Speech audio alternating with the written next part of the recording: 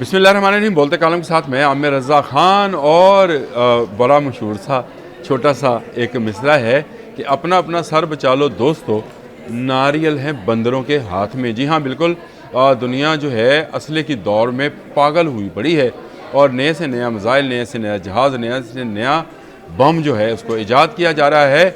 लेकिन जो ममालिक जो हैं अपने आप को इन बंदरों से बचाना चाहते हैं, वो अपना अपना एयर डिफेंस सिस्टम जो है वो बना रहे हैं। और ये एयर डिफेंस सिस्टम जिस काम आता है, आपने सुना होगा कि आयरन डोम बन रहा है, गोल्डन डोम बन रहा है, डायमंड डोम बन रहा है। ये असल में कोई इमारत नहीं बन रही होती है, बल्कि वही डिफेंस सिस्टम है जिसके तहत दुनिया भर के बंदरों के आए हुए नारियल या मिसाइल जो हैं उनको उनसे बचा जा सकता है।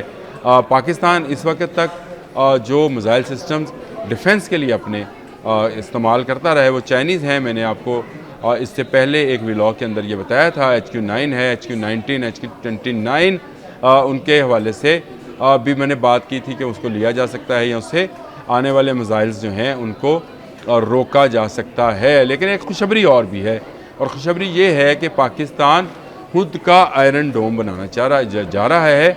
और इसके लिए पाकिस्तान ने फाज नामी जो है मिसाइल सिस्टम उसको डेवलप कर लिया है। पाकिस्तान की ग्लोबल इंडस्ट्री डिफेंस सॉल्यूशन जो है एक अदारा है जिसने इस डिफेंस सिस्टम को, जिसको फ़ाज़ 1 और फ़ाज़ 2 कहा जाता है, डेवलप किया है।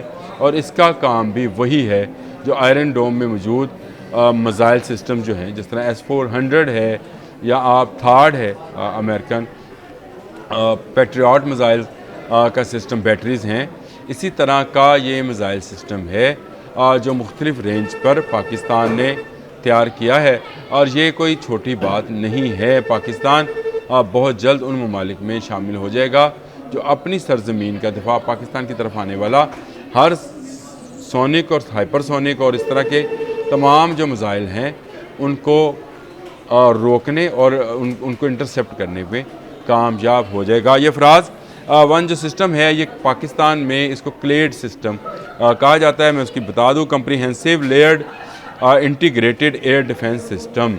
ये क्या है? इसमें सबसे पहले जो है आपके इस पूरी डोम के हिफाजत के लिए या आपकी सरजमीन की हिफाजत के लिए लड़ाका तैयारे हैं, फाइटर जेट्स हैं, जैसे JF-17 है, J-10C है और आने वाले दिनों में J-35 है। इसके बाद Z-10ME नामी हेलीकॉप्टर्स आपके पास कल उसका इफ्तिताह हो गया है, वो भी आ गए हैं। और इसके अलावा मुख्तलिफ मिसाइल जो हैं मौजूद हैं। उसके बाद ड्रोन्स का एक सिलसिला है। ये वो ड्रोन्स हैं जिनके अंदर मिसाइल इंटीग्रेटेड होते हैं और ये आने वाले मिसाइल्स को जो है उसको निशाना बनाते हैं। और फिर इसके बाद PGMs हाइपरसोनिक को निशाना बनाने वाला मिसाइल सिस्टम है, जिस तरह मैंने आपको बताया था कि HQ-19 और HQ-29 पाकिस्तान उसको लेने की कोशिश कर रहा है। लेकिन क्लैड सिस्टम जो है ये फ़ाज़ पर मबनी है। और फ़ाज़ 1 जो इसका सिस्टम है उसमें सबसे पहले जो है SL आता है, यानी सरफेस लॉन्च मिसाइल्स हैं। इनकी रेंज 20 से 25 किलोमीटर तक की है।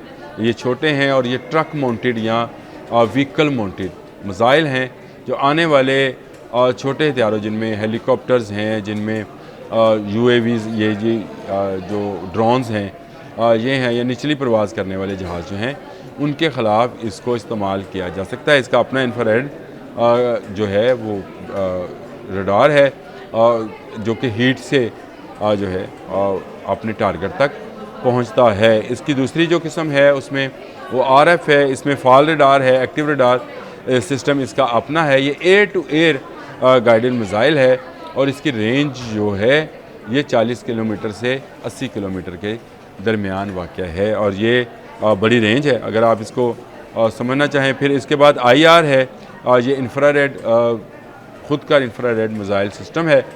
ये भी air to air missile system है और इसमें से भी जो पाकिस्तान है, आप पाकिस्तान की ज़मीन और इसकी तरफ आने वाले हर फ्लाइंग ऑब्जेक्ट को इंटरसेप्ट किया जाएगा। लेकिन जिसकी बात मैं आपसे अभी करने जा रहा हूँ वो फ़ाज़ 2 है। ये है आने वाले दिनों का हमारी हिफाजती शील्ड का, यानी हमारी उस 3 लेयर्स का, जिसमें मैंने आपको बताया कि फ़ाज़ SR, फाज, FR, IR, ये 3 लेयर्स होंगी, लेकिन सबसे ऊपर जो लेयर होगी वो फाज 2 की होगी। और ये फाज 2 एयर टू एयर मिज़ाइल है, और एयर टू एयर मिज़ाइल को आप PL मिज़ाइल से PL-15 मिज़ाइल की तरह का ये मिज़ाइल सिस्टम है जो कि पाकिस्तान ने खुद बना लिया है। GIDS मैंने आपको बताया, ग्लोबल इंडस्ट्री डिफेंस सॉल्यूशंस ने ये मिज़ाइल डेवलप किया है, और इसकी अब तक की रेंज जो मुतलका इसकी मालूमात हैं उसके मुताबिक 180 किलोमीटर प्लस है। और जो मुख्तलिफ जासूसी के इदारे हैं दुनिया भर में जो नज़रें रखे हुए हैं पाकिस्तान पर, उनका ख्याल ये है कि इसकी सही मालूमात जो है वो नहीं दी जा रही। इसकी रेंज इससे भी ज़्यादा हो जाएगी, और इसकी रेंज अगर ज़्यादा हुई तो ये JF-17 थंडर, जिसके साथ अभी हम Chinese air to air missile जो हैं उनको इंटीग्रेट करते हैं या लगाते हैं, उससे भी हम बाहर निकल जाएंगे। ये कीमत में भी कम होंगे और इनकी मकदार भी ज़्यादा इसलिए होगी कि पाकिस्तान तो ख़ुद बना रहा होगा, पाकिस्तान ने ये टेक्नोलॉजी हासिल कर लिया। और GIDS कोई ऐसा अदारा नहीं है, उदारा ये ना समझिएगा कि शायद ये कोई प्राइवेट अदारा है, ये भी गवर्नमेंट के साथ ही काम करता है। और मुख्तलिफ इंडस्ट्रीज़ जो हैं, ये है BVR है जी, ये मिज़ाइल बियॉन्ड विजुअल रेंज जिसको बोलते हैं, BVR दुनिया के जदीद तरीन मिज़ाइल सिस्टम है। जिस तरह से गौतक है तुर्की का, और चाइना का PL रेंज है, PL-15, 17, 21 अब यह आ गया है, वो भी है।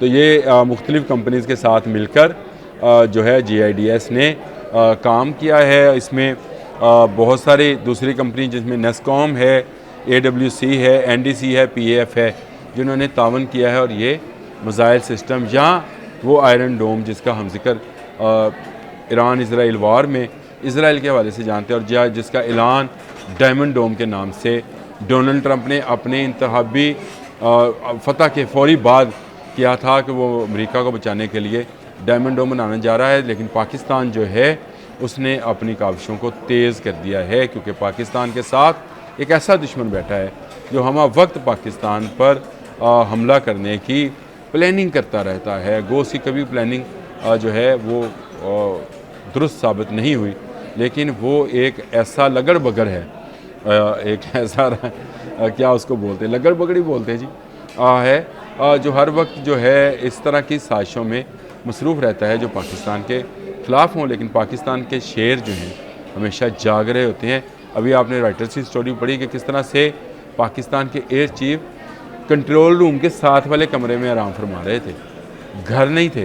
ये जो लोग कहते हैं कि हम जाग रहे होते हैं और आर्मी वाले सो रहे होते हैं, आर्मी जाग रही होती है तो हम घरों में सो रहे होते हैं, वाकई जाग रहे होते हैं। और कैसी सिचुएशन होगी कि आपका एयर चीफ जो है बाबर सिद्धू, वो ऑपरेशन रूम के साथ वाले रूम का मतलब यही कि वहीं पर मौजूद थे, और उन्होंने ही J-10C के ज़रिए राफेल जैसी मशीन को गिराने का जो है वो हुक्म दिया, और जिसके बाद पाकिस्तानी पायलट्स ने कमाल कर दिखाया। तो उसके बाद बड़ी फ़ौज की बारी आई, जिन्होंने अल-फतह के मिज़ाइल के साथ भारत के तमाम गंदे इरादों को फ़तह कर लिया, और एक नूर की तरह फ़तह मिज़ाइल जो है चमकता हुआ भारत पर गिरा और भारत को तहस नहस कर दिया।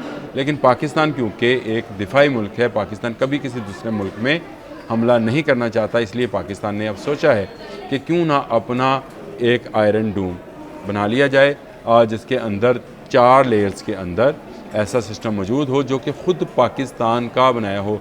ये तमाम के तमाम जो मिज़ाइल सिस्टम्स हैं इनको इंटीग्रेटेड किया जाएगा। इनका एक कंट्रोल रूम होगा जहाँ से सारी वो हमा वक्त जो है जो मालूमात हैं दुश्मन मुल्क से आने वाले फ्लाइंग ऑब्जेक्ट्स की उनको गैदर किया जाएगा, और फिर जिस मिज़ाइल की जहाँ जहाँ ज़रूरत हुई उसको इस्तेमाल किया जाएगा। बड़ी अचीवमेंट है।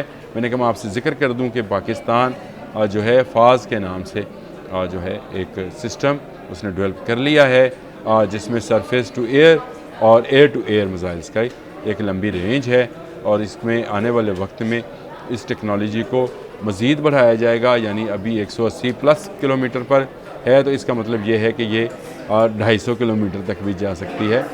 इसमें परेशान होने वाली बात नहीं है।